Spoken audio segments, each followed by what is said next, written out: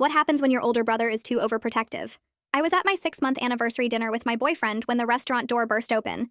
Police! Nobody move! Everyone hit the floor as officers swarmed our table, yanking Nick from his chair and cuffing him. You're under arrest for possession of drugs. We found 2 kilograms of cocaine in your vehicle. Nick kept screaming he was framed, but they were already reading his rights. I pinched the bridge of my nose. This was the 3rd boyfriend arrested for drugs. Owen, my first love, got 5 years for trafficking the day after our 6-month anniversary dinner. Golgius got 3 years for distribution, arrested during our 6-month celebration trip. After Nick, I stayed single for 8 months. Changed my entire social circle, deleted dating apps, even started therapy to work through whatever energy I was putting out there. When I met Victor at the volunteer center, I thought finally, here's someone clean. I did everything different this time. I even made sure my brother met him early and watched Victor help him with his wheelchair. 6 months to the day, police pulled Victor over leaving my apartment. Cocaine in the spare tire, same exact spot as the others. The man who dedicated his life to keeping kids off the streets, suddenly a drug dealer. For boyfriend number 5, I went nuclear on the good guy thing. Dr. James ran free clinics in low-income neighborhoods, single dad to 2 daughters, literal white picket fence around his house. I was so paranoid by this point that I'd check his car every morning, feel inside his pockets before he left. He thought it was cute that I was so handsy. 6 months in, during family dinner, DEA agents kicked down his door. His 8-year-old watched them find heroin in Daddy's medical bag. After that, I swore I would be celibate. Until one day when my ovulation phase was ovulating, and I decided to go to an anti-drug rally to meet someone new. I thought the universe was giving me a sign. This man literally spoke at schools about staying clean, showed kids pictures of his brother who died from an overdose, cried real tears on stage about the dangers of drugs. I even made him take dozens of surprise drug tests. He laughed but did it. I was in the parking lot bringing him lunch for our 6-month anniversary when I saw it. DRG dogs surrounding his entire building. They found dope in his locked desk drawer that only he had the key to. That's when I made the decision to stick to toys instead of men. I was 8 months into this commitment when I ran into Owen, my first ever boyfriend, at Whole Foods. 5 years of prison had carved lines into his 28-year-old face, turned his blonde hair gray at the temples. When he saw me, his whole body started shaking. I really did love you, he whispered, glancing around nervously. Then why? Your brother visited me the night before my arrest. Said if I didn't leave you, then he'd get rid of me himself. Owen covered his mouth like he realized he said something wrong, and he literally ran out of the store. But that was enough. I drove straight to my brother's apartment, using the key he'd given me for emergencies. He was in the kitchen, cutting vegetables from his wheelchair. Did you visit Owen before his arrest? I asked. The knife paused mid-chop. Owen's out already? Must have been good behavior, I guess. Did you threaten him? He finally turned his wheelchair to face me. I've threatened all of them. Every single one. My legs went weak. What? They were going to leave you anyway. Men always do. Dad did. His voice was too calm, like we were discussing grocery lists. I just gave them a choice. Leave now, or face consequences. So you framed them when they left? He rolled closer. I didn't have a choice. Do you know what I found in Mom's journal after she died? She ended herself after Dad left us. The room tilted. You said it was cancer. You said she was sick for months. You were 10. Was I supposed to tell you Mom chose to leave us too? That Dad leaving broke her so completely she'd rather die than stay with us? His eyes were wet now. I would rather have 100 men suffer than see you hurt over someone leaving you again. That's not fair. It's what's right. Do you remember what you did after your first boyfriend broke up with you? If I didn't find you in time after you swallowed the pills, you wouldn't even be here anymore. My knees gave out. Benji, you've ruined so many people's lives just because of a decision I made when I was 16. I've protected you perfectly. I laughed. You're right. You have, but you forgot about protecting yourself from me. The things I did next made sure my brother never threatened another boyfriend again. I walked out of Benji's apartment on legs that wouldn't stop shaking. The hallway felt too bright after what just happened in that kitchen. My hands fumbled with my car keys 3 times before I got the door open. I sat in the driver's seat for 20 minutes just staring at the steering wheel. My brain kept replaying his words about Mom killing herself and how he'd threatened every single boyfriend. I finally started the car and drove home going 10 under the speed limit because I couldn't focus. The second I got inside my apartment, I grabbed my phone and hit record on the voice memo app. My voice came out shaky as I repeated everything Benji had just told me word for word. I talked about him admitting to threatening Owen and all the others. I described how he said Mom killed herself after Dad left, and how he'd been lying about cancer for 18 years. I mentioned the part about him saying he'd rather see 100 men suffer than watch me get hurt. The recording went on for 12 minutes before I finally stopped. I saved it to my phone, then uploaded copies to 3 different cloud accounts just to be safe. That night, I lay in bed with my eyes wide open watching the ceiling fan spin. Every time I closed my eyes, I saw Nick getting dragged out of that restaurant in handcuffs. I saw Victor's face when they found the drugs in his spare tire. I saw Dr. James's 8-year-old daughter watching her dad get arrested at their dinner table. They were all telling the truth when they said they were framed, and I didn't believe any of them. I got up at 3 a.m. and made coffee because sleep wasn't happening. First thing when the hardware store opened at 7 a.m., I drove there and bought new deadbolts for my apartment door. I also grabbed a small fireproof safe for important documents and one of those video doorbells that sends alerts to your phone. Benji still had a key to my place from when he helped me move in 2 years ago. I spent the morning installing everything myself using YouTube tutorials. My hands kept slipping on the screwdriver because they were still shaking from yesterday. Once the locks were changed, I went through my phone and changed every single password I had. Banking, email, social media, everything got a new complex password that I wrote down and locked in the new safe. Around noon, I finally worked up the nerve to text Owen about meeting up to discuss what he'd said at Whole Foods. My thumb hovered over the send button for 5 minutes before I pressed it. He texted back within 2 minutes saying yes and suggesting a coffee shop downtown for tomorrow afternoon. That same day, I called the crisis line for my therapist's office and explained I needed an emergency appointment. The receptionist could hear something in my voice because she found a slot at 6 p.m. that evening. I spent the afternoon going through my phone looking at old text conversations with each ex-boyfriend. The pattern jumped out immediately once I knew what to look for. Nick had texted me 3 days before his arrest about having lunch with my brother. Victor mentioned Benji dropping by his office the week before the drugs were found. Dr. James had posted on social media about meeting my brother for coffee right before everything went down. Every single one of them had contact with Benji right before their arrests.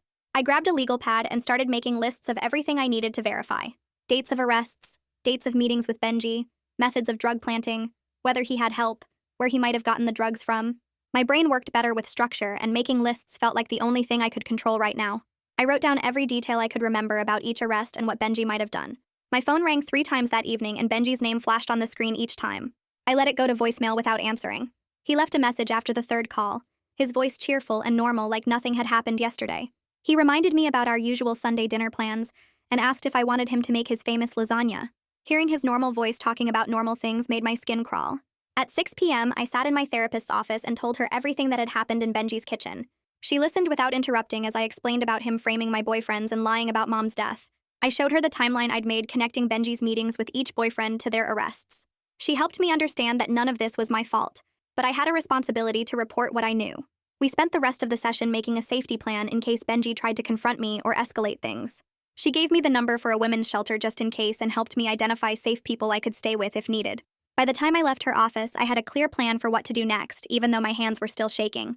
My therapist leaned forward right before I left and handed me a small piece of paper with 3 names written on it. She told me these were lawyers who handled complicated family situations, and that I should document everything before taking any action. The names were all local attorneys, and she'd underlined one twice. I folded the paper and put it in my pocket while she reminded me to keep copies of everything in multiple places. Walking to my car, I felt less alone but way more scared than when I'd arrived. Back at my apartment, I sat at my laptop and started typing an email to Benji. My fingers kept freezing over the keys as I tried to find the right words. I typed that I needed space to process what he'd told me. I wrote that he couldn't visit without my permission anymore. I told him he had 0 involvement in my relationships from now on. The cursor blinked at the end of the last sentence for 10 whole minutes while I tried to work up the nerve to hit send. Finally, I clicked it and immediately felt sick to my stomach. I spent the rest of that afternoon pulling together evidence from everywhere I could find it. I printed photos from each 6-month anniversary dinner that I'd posted on social media over the years.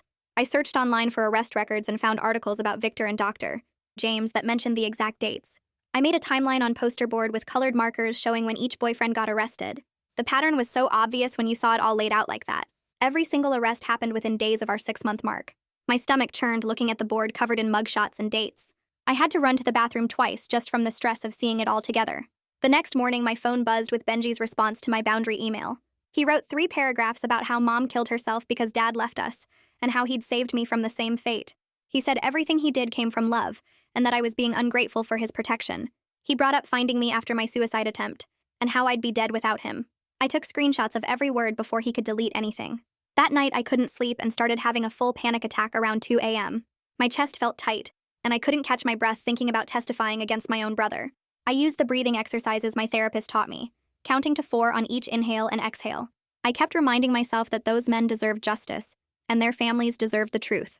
I repeated it over and over until my heart rate finally slowed down. The next day, I called Lauren Meadows, the private investigator my therapist had recommended. Her voice was calm and professional when she answered, which helped me explain the situation without crying. She agreed to meet me for a consultation about gathering evidence that would actually hold up in court. We set a time for the following afternoon at her office downtown. Lauren's office had certificates all over the walls and a big wooden desk that made everything feel official. She explained the difference between evidence that's just interesting versus evidence that would actually work in court. She told me we needed witness statements and documents before approaching any authorities. She suggested starting with people who might have seen Benji near the boyfriend's cars or homes. Her confidence made me believe this might actually work. I texted Owen that same day asking if he'd be willing to meet and talk more about what he'd mentioned at Whole Foods. He texted back within 5 minutes saying yes and suggested a coffee shop downtown for the next morning. Then he sent a voicemail confirming the time and adding that he'd been waiting years for someone to believe him. His voice sounded tired but determined in the message. I saved it to 3 different places just to be safe. That evening I went through our old shared Google Calendar from when Benji and I used to coordinate family dinners and holidays. I realized with growing horror that I'd marked every single relationship milestone on there for planning purposes. Every anniversary dinner, every special date, every 6-month celebration was right there for him to see. He knew exactly when to act because I'd basically given him a schedule. The premeditation of it made me physically sick. I had to close my laptop and walk around the block 3 times just to calm down. My therapist sent a follow-up email 2 days later checking on me and reminding me about the safety plan we'd made. She emphasized that Benji might escalate when he felt cornered, and that I needed to take every precaution seriously. She reminded me about the women's shelter number and the safe people I'd identified who I could stay with if needed. I forwarded her email straight to Lauren so she'd have documentation of the safety concerns too. Lauren called me that afternoon to say she'd already started making calls and had found some interesting leads about the storage unit Owen had mentioned. She said Owen's building might have old footage and we should check as soon as possible. The next morning, I met Owen at a coffee shop downtown and watched him stir his drink with shaking hands. He looked around the place twice before starting to talk about that night 5 years ago. Benji had shown up at his apartment with another guy Owen didn't recognize. They told him to leave me or they'd make sure he went to prison for dealing. Owen said Benji had photos of my car and knew exactly where Owen parked at work. He mentioned something about having connections who could plant stuff anywhere. Owen tried to warn me at Whole Foods but got scared when he saw someone watching us from the parking lot. We both started crying right there in the coffee shop, and I reached across to hold his hand. Lauren called while I was still sitting with Owen and said we should check if his old building kept any security footage. Most places only keep recordings for 30 days, but some newer systems archive everything digitally now.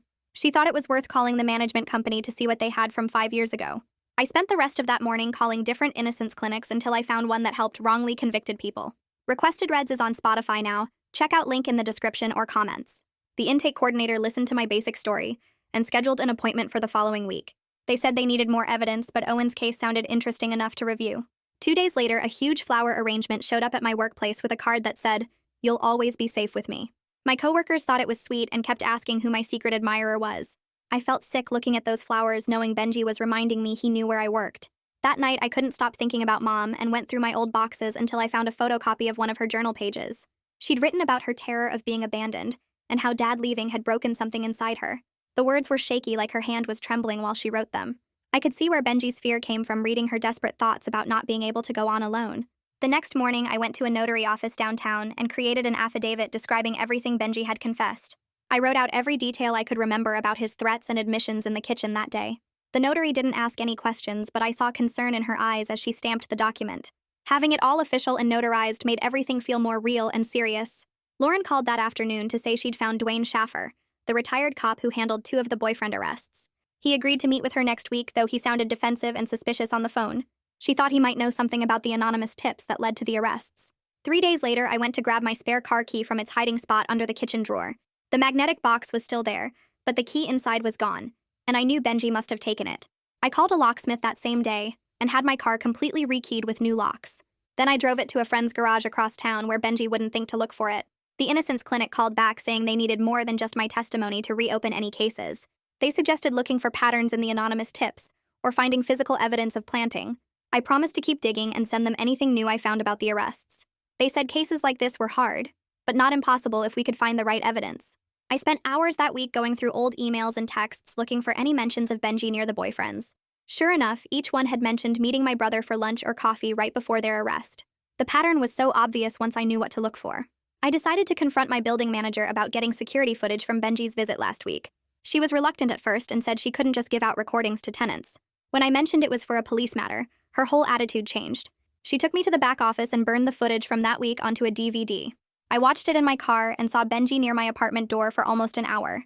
He'd tried my doorknob multiple times and looked in my windows before finally leaving. The evidence was building up piece by piece, and I knew I had to be careful about my next moves. Lauren said we needed to be strategic about how we presented everything to make sure it would hold up. She was creating a timeline of all the arrests with the anonymous tip dates marked clearly. Every tip had come within 48 hours of a 6-month anniversary, which couldn't be coincidence. I started sleeping at different friends' houses each night because I didn't feel safe in my apartment anymore. Benji had left 3 more voicemails crying about Mom and asking why I was being so cruel to him. Each message got more desperate, and I saved them all as evidence of his mental state. The weight of everything was crushing, but I knew those innocent men deserved justice after what my brother did to them. Lauren called me 2 days later saying Dwayne agreed to meet her at a diner near his house. She went alone with a recorder in her purse and ordered coffee while waiting for him to show up. Dwayne walked in looking nervous, checking over his shoulder before sitting down across from her. He admitted right away that all 6 arrests came from the same anonymous caller who always knew exactly where the drugs would be. The caller used different voices each time, but Dwayne figured it was the same person because they always mentioned being a concerned citizen worried about their sister. He never questioned it because the drugs were always found exactly where the caller said they'd be, down to which pocket or compartment. Lauren got him to sign a statement about the pattern before he left in a hurry. I reached out to prosecutor Angelina Watts through a mutual friend who worked at the courthouse. She agreed to meet me off the record at a coffee shop downtown during her lunch break. I brought copies of everything I had so far, including Lauren's notes from meeting Dwayne. Angelina looked through it all while eating her sandwich, making notes on a legal pad. She explained that proving someone planted drugs was really hard without direct evidence or witnesses to the planting itself. The burden of proof was on us to show Benji actually put the drugs there, not just made the calls. She seemed interested, though, especially when I showed her the timeline matching the 6-month anniversaries. Before she left, she wrote down her personal email and said she'd think about what would be needed for formal charges. That night, she sent me a detailed email listing exactly what evidence would make a case. She needed documented threats, which I had from Benji's voicemails, pattern evidence, which the timeline showed, and witness testimony, which Owen could provide. She couldn't promise anything official, but she basically gave me a roadmap of what to gather. The next morning at work, I asked my coworker, who was good with computers, if she could help me save some stuff from social media. I told her it was for a legal matter, and she didn't ask questions. She came to my desk during lunch and pulled up Benji's Facebook on her laptop. We went through years of his posts and found ones from each arrest date where he talked about protecting family and keeping loved ones safe. One post from the day after Victor's arrest said family comes first no matter what sacrifices you have to make. My coworker took screenshots of everything and saved them to multiple flash drives. She kept digging while I went back to work and found something huge an hour later. Benji had been using fake accounts with VPNs to submit crime tips online through the police department's website. The usernames all had similar patterns like Protective Bro 22 and Family First 88, and the timestamps matched up perfectly with the arrests. We screenshotted everything before he could delete it and backed it up to 3 different cloud services. I spent that afternoon at the courthouse filing for a temporary restraining order against Benji. The clerk gave me the forms and I filled them out describing his pattern of threats and admitting to framing my boyfriends. I included copies of his voicemails and the evidence about the anonymous tips. The judge reviewed it for about 10 minutes before granting the order based on what she called a clear pattern of harassment. It was just a piece of paper, but having legal documentation made me feel safer. The order specifically mentioned pattern of harassment and credible threat of harm in the judge's notes. Seeing those words in official legal language validated everything I'd been feeling about Benji being dangerous. I wasn't crazy or overreacting like he always made me feel. Owen texted me that night saying he remembered something from when Benji threatened him 5 years ago. During their confrontation, Benji mentioned having a storage unit where he kept things that could make problems go away. Owen thought it was a threat about hiding a body, but now he wondered if that's where Benji kept evidence, or maybe even the drugs before planting them. I immediately called Lauren and told her about the storage unit. She said she'd start checking facilities near Benji's apartment to see if any units were rented around that time. 3 days later, she found it at a place called Secure Store, about 2 miles from Benji's building. A unit had been rented 5.5 years ago under the name Peter Brody, which didn't match any real person. The interesting part was that Peter Brody matched the initials of Protective Bro, which was in several of the fake usernames. Lauren couldn't get inside without a warrant, but just knowing it existed and connecting it to the fake accounts was huge. My second therapy appointment was that week, and we spent the whole hour preparing for confronting Benji safely. My therapist had me practice what I'd say while she played Benji using different manipulation tactics. She'd cry about Mom or bring up my suicide attempt, and I had to stay calm and keep redirecting to his crimes. We went through it over and over until I could handle whatever he might throw at me without losing focus. She helped me set up my phone to record secretly, and showed me how to position myself so the camera would catch everything. By the end of the session, I felt ready to face him, and get the evidence I needed to protect any future boyfriends from ending up like the others. 3 days after my last therapy session, I picked up my phone and typed out a text to Benji that said I'd met someone new at the coffee shop and wanted him to meet them this weekend. My finger shook over the send button for a second before I pressed it. His response came back in less than 30 seconds, asking who this person was, and where they worked, and how long I'd known them. I could feel the panic in his messages as he sent 5 more texts in a row demanding we meet today to talk about this. I suggested we could meet at the park near his apartment tomorrow afternoon on one of the benches by the pond. He agreed but kept sending messages all night asking for more details about this made-up boyfriend. The next morning, I charged my smartwatch and practiced turning on the recording app without looking at it. I drove to the park an hour early and walked around checking exits and making sure there were people around. Benji rolled up in his wheelchair exactly on time, his face tight with worry. He started calm enough, asking about this new guy's name and job, but within 5 minutes his voice got harder. He talked about how men always have secrets, and how he'd seen patterns before with guys who seemed nice at first. I kept my wrist steady as he leaned forward and said the word consequences 3 times in one sentence. His hands gripped his wheelchair arms so tight his knuckles went white as he explained how easy it was to find out things about people these days. He said he'd already looked into every boyfriend I'd had and knew exactly what choices they'd made. The mask he usually wore around me completely dropped as he described what happens to people who hurt the ones he loves. I watched him work himself up more and more until he was practically spitting the words about protecting family no matter what it takes. Then his eyes caught the small red light on my smartwatch, and his whole body froze. His face went from angry to scared in half a second as he realized I'd been recording everything. He immediately started crying and reaching for my hands, saying he never meant any of it and was just worried about me. The tears looked real as he admitted he might have made some anonymous tips to police when he got bad feelings about my boyfriends. He swore over and over that he never planted anything, just reported suspicions like any concerned citizen would. He begged me to understand that losing Mom had broken something in him, and he couldn't lose me too. I pulled my hand away and told him I needed time to think, then left him crying on that bench.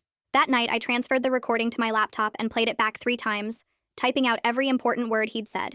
The part where he said he'd done it before and would do it again if needed sent chills down my spine. I saved the transcript in 5 different places and emailed a copy to myself. The next morning at work, I asked my tech coworker if she could help me with something else related to the timestamps we'd found earlier. She pulled up our old shared Google Calendar from 5 years ago and started matching dates. Every single anonymous tip to police happened within 48 hours of a 6-month anniversary that was marked on the calendar. She color-coded them on a spreadsheet, and the pattern was so obvious it made my stomach hurt. We printed out 3 copies, and she kept one in her desk just in case. 2 days later, Lauren called saying she'd tracked down the custodian who worked in my building.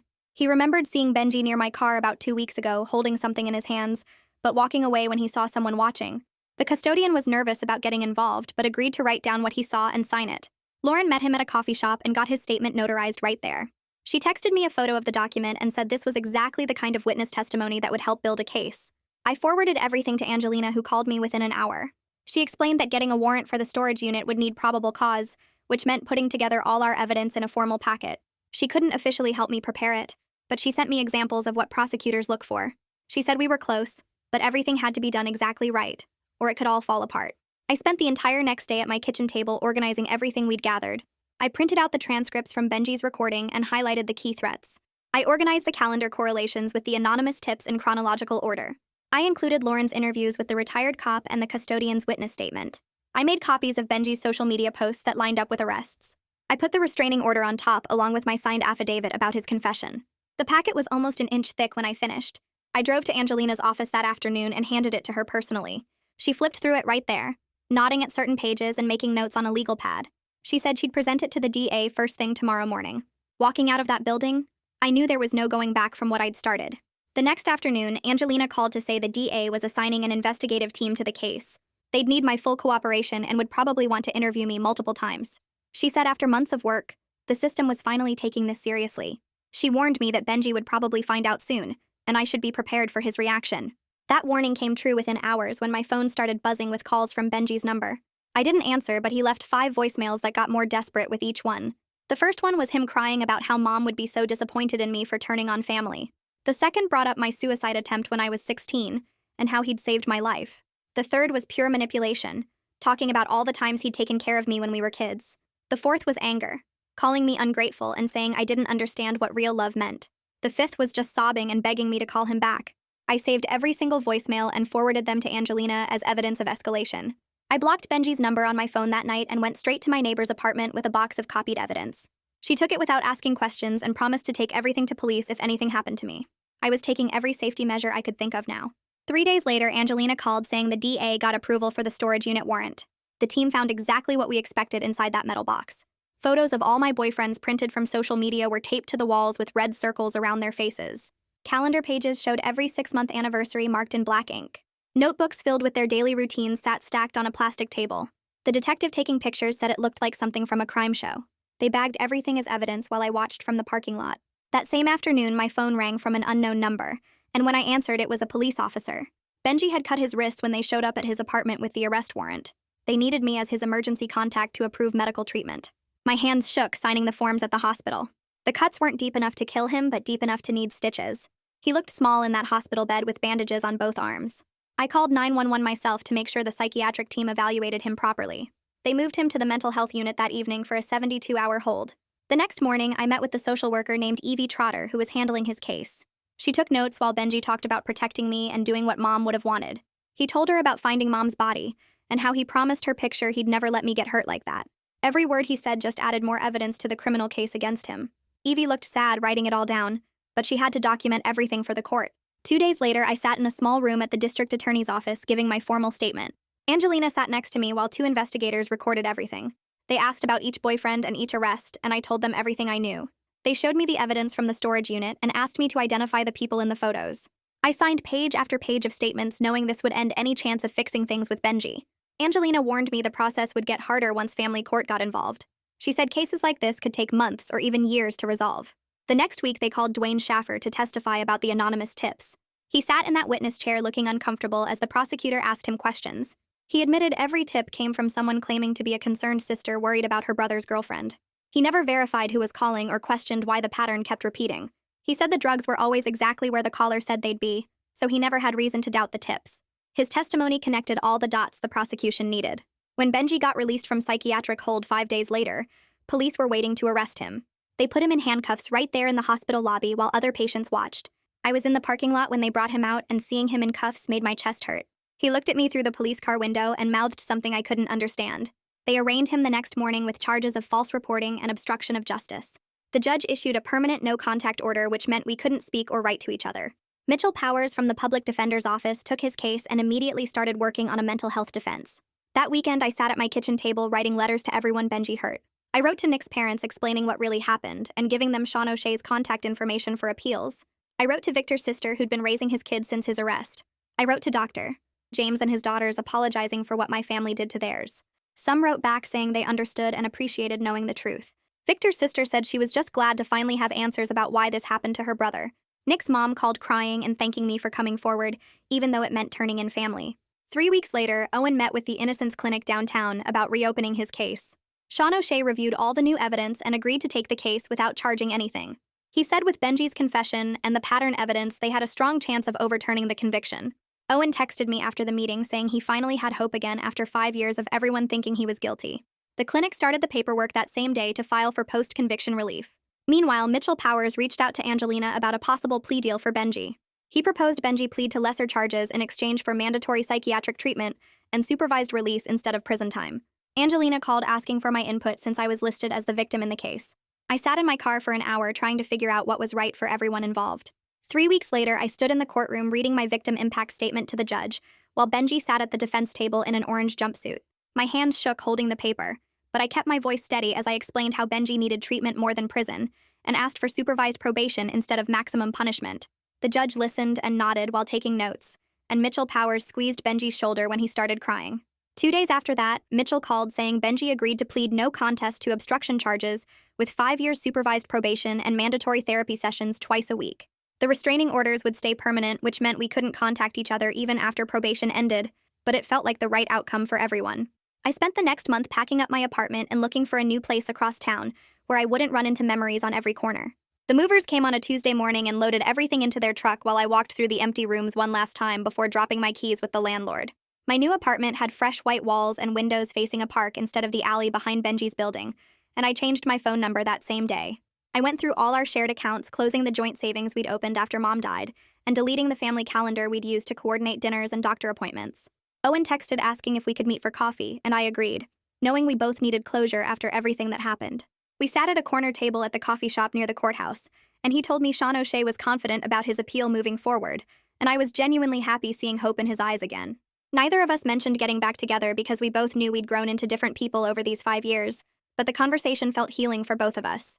A week later, Evie Trotter called saying Benji was starting treatment intake, and I could visit once if I wanted to set boundaries for the future. I drove to the facility with Mom's photo in my purse and sat across from Benji in the visiting room where he looked smaller somehow in his treatment center clothes. I slid Mom's photo across the table with a note I'd written about getting help to honor her memory properly, and he started crying but nodded like he understood what I meant. I told him this was goodbye, and that I hoped he'd find peace through treatment, but we couldn't be in each other's lives anymore, and he whispered okay through his tears. My therapist scheduled extra sessions that month to help me process everything, and during one appointment, I made a commitment to stay single for a full year to focus on healing and learning what healthy boundaries actually looked like. She helped me see patterns in how I'd rushed into relationships trying to fill the void mom and dad left, and how Benji had twisted that need into something dangerous. We worked on exercises to recognize red flags I'd ignored and ways to build self-worth that didn't depend on having a partner. Angelina emailed me updates every few weeks, and in her latest message, she said the DA was reviewing all 6 cases, with 3 already moving toward dismissal based on the new evidence. She warned the process would take months, maybe even a year, but my courage to come forward was making real change happen for innocent men.